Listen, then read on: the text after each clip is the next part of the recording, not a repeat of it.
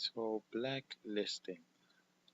Blacklisting is the action of a group or authority compiling a blacklist of people, countries, or other entities to be avoided or distrusted as not being acceptable to those making the list. The blacklist can list people to be discriminated against, refuse employment, or censured. As a verb, blacklist can mean to put an individual or an entity on such a list. But again, stalking, and- or for a targeted individual, basically the blacklisting, it's on another level. They would actually go to companies and show fake files, which is your file, and tell them you're some kind of a criminal or you're a pedophile or you're under investigation. And at the end of the day, the companies, when uh, they have to report to the federal government anyways to hire anybody. So if the paper comes from the federal government saying don't hire this guy, it's pretty fast. It's pretty convincing blacklist. Anyways, we have a quick video here of some HR development specialists. And just want somebody else to tell you what's blacklisting instead of me. You know what I mean? Listen to that.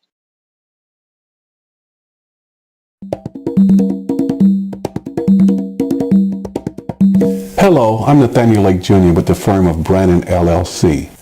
We are a human resources and organizational development firm. Today we're going to talk about what is blacklisting for the former employee. Blacklisting is preventing any person seeking employment from obtaining employment. It is also causing the discharge of an employee by threats, promises, circulation of blacklists, or causing blacklists to be circulated. Now, blacklisting itself is something that should not be occurring. If an employer is blacklisting a former employee, this could really be problematic for them. It has been proven and shown that former employees have filed suit and have been successful in gaining compensation from their former employer for things that they have said that may not have been true. But from the employee's perspective, the employee needs to assess what's going on. Are they not being able to get interviews with prospective employers? The employee needs to go to their former employer, probably talking to the HR department and finding out what's in the personnel file. Is there something there that they may not be aware of? The employee also has to assess their own skills and abilities. What kind of employee were they at the former place of employment? Did they get great performance reviews? Were they a mediocre employee? Were they a fantastic star employee? These are things that they should consider. Employees also have to do a self-assessment in terms of their own personal mission statement. What is it that they're trying to achieve? They need to take control of their life. Now, for the employer, again, this is something that they should not be doing because it can be very costly to their pocketbooks and also to the company overall. This is Nathaniel Lake Jr. from Brannon LLC, and we just spoke about what is blacklisting for former employees. All right. Thank you, Daniel.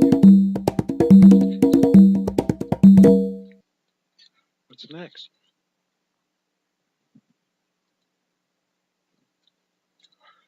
Mobbing and workplace mobbing.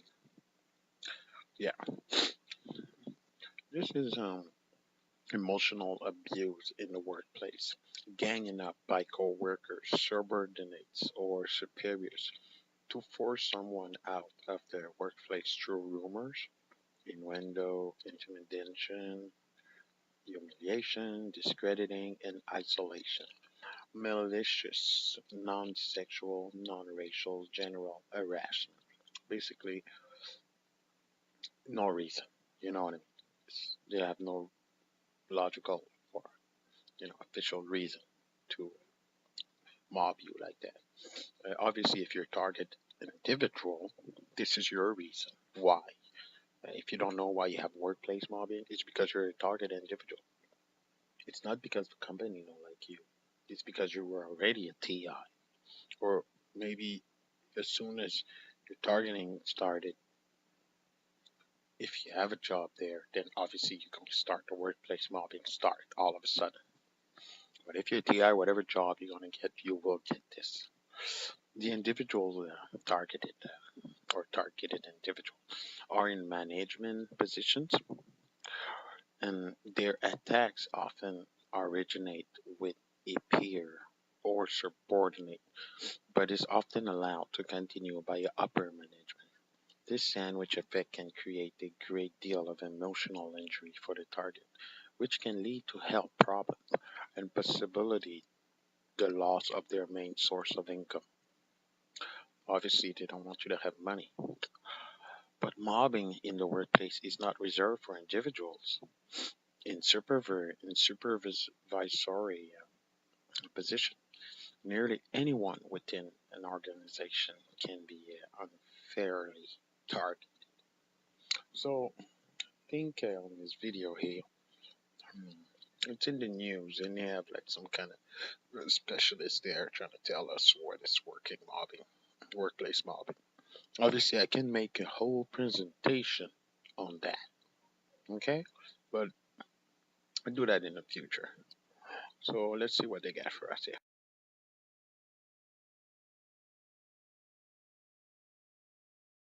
Okay, well, bullying is not just limited to school playgrounds. In fact, the rates of workplace bullying, also known as mobbing, have increased dramatically over the past few years. The introduction of office rules, policies and procedures have had little effect, and they can sometimes make the situation worse. To explain is clinical psychologist Dr. Sophie Henshaw. She's a bit of an expert on the issue, and she joins us now from Perth. Sophie, tell us a little bit about workplace mobbing, exactly what it is and why does it happen? Yeah, well look, workplace mobbing is where it's like bullying on steroids. It's basically where one person may start an event of bullying towards a target and then other people join in. That person might be very good at getting other people to collude with them, and it's basically psychological terrorism. The person gets picked on for no obvious reason that they can understand. There's a lot of excess criticism about their work, nitpicking, innuendo, gossip behind their backs, and before you know it, that person is left completely isolated in the workplace, ostracised, humiliated and rejected, and they often lose their job. Dr. Henshaw, in regards to this inquiry, it found surrounding this topic that calls to unions about workplace bullying had increased by 70% in just 3 years. Why have we seen that dramatic increase? Well, I think there's a lot of factors that cause this to happen. One is where companies or large organisations are facing an economic downturn and there's not as much demand for their products or services as before, and it creates a mentality that's very much driven by the dollar. So the accountability is towards the shareholders or directors rather than towards the customers or the staff or the broader community. So it's just kind of like a lack of caring. And in that environment, bullying is allowed to escalate, it's ignored, and sometimes we see that it's even encouraged. So wherever you've got downturns in certain industries and wherever you've got industries that are very heavily bureaucratized, government industries, we see a lot of government departments that have big problems with bullying.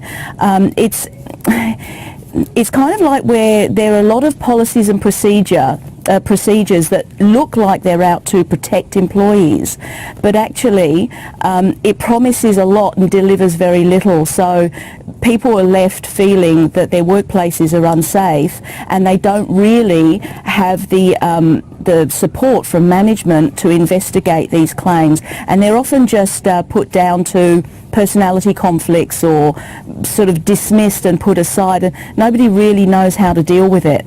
That is such an excellent point that you make, Doctor, in regards to this. All these policies, HR is allegedly there to protect you, but the bottom line is often these bullies are allowed to get away with totally unacceptable behaviour. So if you are being bullied and HR is not there to protect you and these policies don't protect you... In the end, we get it all. God damn it! Trying to make it real compared to what suck it to me.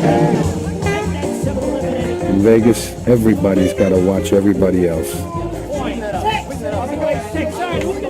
Since the players are looking to beat the casino, the dealers are watching the players. The boxmen are watching the dealers.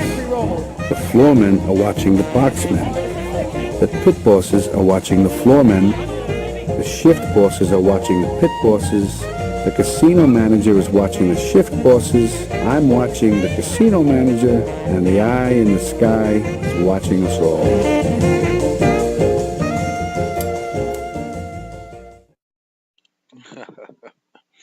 You see that last video of with Robert De Niro in Casino? I put that for the mobbing part. I notice when you're being mobbed, there's always somebody looking. But the thing is, one of their tactics is a little bit like that. While somebody's looking at you, somebody else is looking at the person who's looking at you, and somebody else is looking at the person. You know what I mean? So everybody's looking at each other, and definitely there is the handler who's looking at the whole thing. You know what I mean? That's why I put that video there. Okay, so workplace mobbing tactics. Yeah, it's pretty obvious. If you're a TI, you probably lived it, or if you're just a good person, it's probably the opposite of what you are. Basically, what they do is gossip, baseless accusation, humiliation, intimidation, condescending behavior, public discrediting, creating an hostile environment, isolation, ridicule, malicious, relentless, emotional abuse, lies, etc. There's so many. But the thing is, those things have impact. The impact of the mobbing on health. If you're talking about anxiety, heart disease, depression, digestive challenges, memory impairment, inability to concentrate, insomnia, and weight gain, major depression, headache, adjustment disorder, irritable bowel syndrome, IBS, post-traumatic stress disorder. That's for sure, and mental trauma. You see, it is really, it is really bad. Like, that's all I can say. Yeah, I lived it a lot, I live it, I mean, a lot at work, and it is true. You have to stay strong. You see, workplace mobbing can be even worse than the gang stalking itself because you're at work and this is your income and you're in an isolate situation. You can't leave. You have to stay there and work. So it might be even worse because at least at home you can move around and stuff. You know what I mean? Whatever. So, what we got next?